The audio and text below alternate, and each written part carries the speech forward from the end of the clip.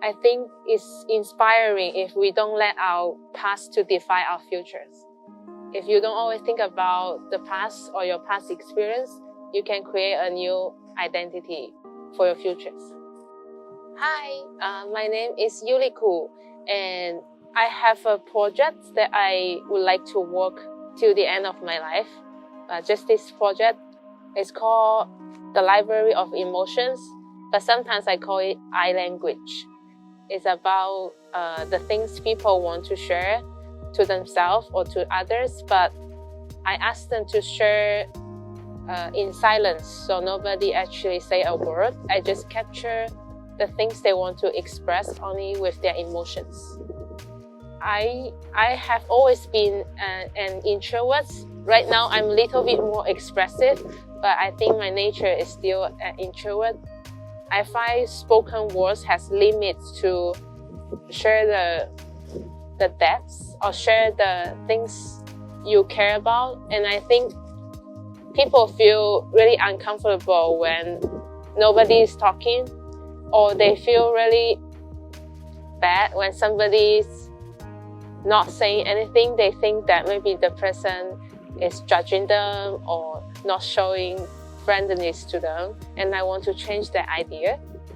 So that's a lifelong project I want to work on. It's all about strangers saying something, but it's a long silence. They didn't say anything. I personally think in Toronto there's some distance or boundary between each other that people don't want to get into each other's space too close.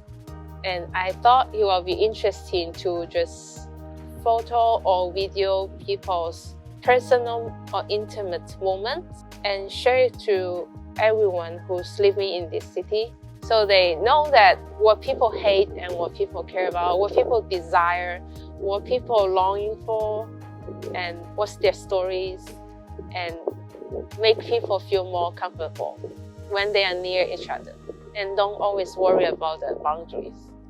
I think there's 2 life lessons that changed the way I see my life. The first thing is people are not scary. So sometimes when we are talking to somebody we are not familiar with, I think people try to behave in a more professional way.